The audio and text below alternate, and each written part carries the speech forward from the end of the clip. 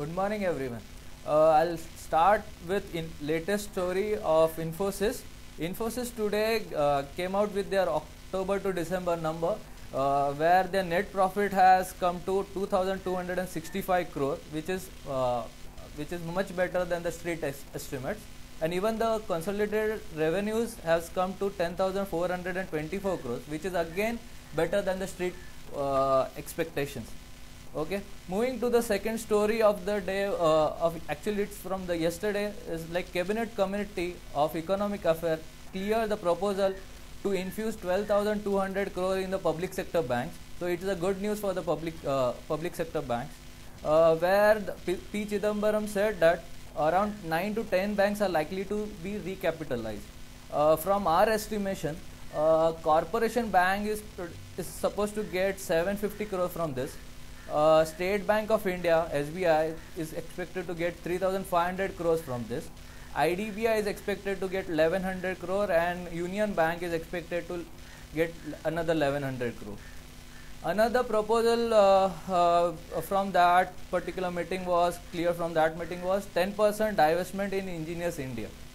Government has currently has a holding of 80.5% in Engineers India, and they are planning to divest 10%, another 10% from it, and they are expecting around 800 crore from it by divestment.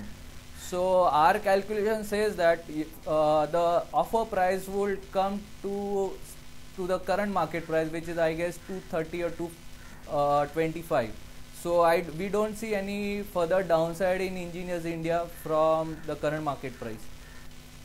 Tata Steel achieved a best ever quarterly steel production number for the last quarter, which came to 8.35. The good thing about this particular part is it was the best, and this also signifies the future of for the Tata Steel, where the production is expected to rise, and it will certainly start reflecting in their revenues also. Another story for today will be Vijay Mallya reassured employees that the airline would fly by summer with 650 crore infusion from United Breweries. Another small story on Suzlon is lenders are demanding that the promoters should first, before they start restructuring, they should sell to RE Power, and then only the restructuring should begin. So this was the few stocks to be watched today. Majorly the market will be positive today on the positive guidance given by Infosys, and few other companies like maybe banks will be a bit slightly positive on the especially the POC banks, and maybe Suzlon and Kingfisher will be slightly positive. Okay, thank you.